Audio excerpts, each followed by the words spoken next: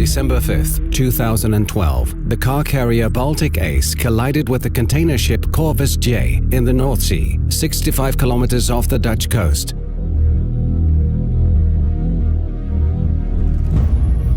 The Baltic Ace sunk within 15 minutes. 13 of the 24 crew members survived the accident. The 150-meter-long, 25-meter-wide wreck lay in one of the world's busiest shipping lanes, which provides access to the port of Rotterdam.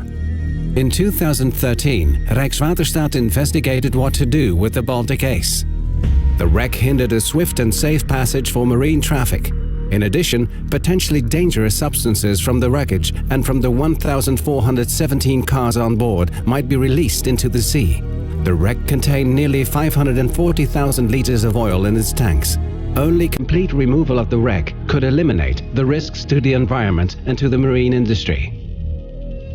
In March 2014, Rijkswaterstaat commissioned affiliate partners Boskalis Nederland BV and Mammoet Salvage to ensure a clean seabed before December 31st, 2015. Due to winter weather conditions, salvage operations could only take place between March and October.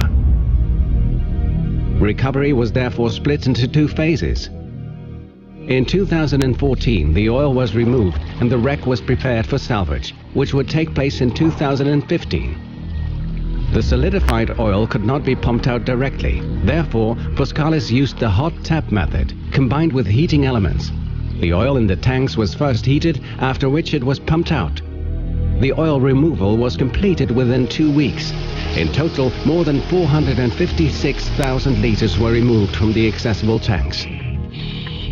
The wreck was then prepared for removal. Divers cut holes into the hull to prepare it for lifting. They could also inspect the wreck from the inside. These deeper investigations revealed that the Baltic Ace's construction was so damaged that it was not possible to lift the wreck in 6 large sections as originally planned. In the winter of 2014, salvage plans were adapted to accommodate the conditions of the wreck.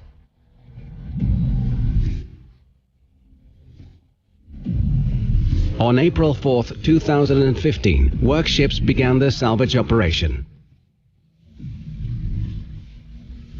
A special wire cutting system was used to cut the Baltic Ace into 8 sections.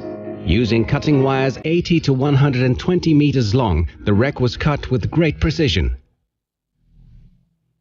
For the first time ever, 2 floating barges were used for the cutting activities in order to achieve more flexibility.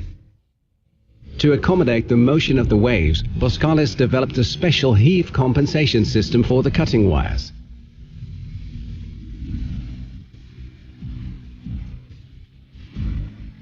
The cutting of the sections caused the ship to lose cohesion, and the 8 sections became distorted. Each section also lay on the seabed in a different way. That required customized removal of each individual section.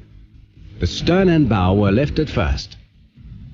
On June 7, 2015, the stern emerged from the water in a single piece.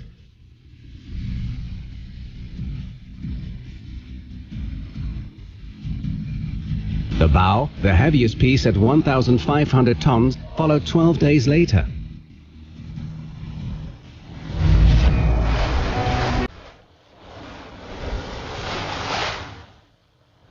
The remaining 6 sections were too weak to be lifted in this way. The lower parts of the ship were lifted in one complete section.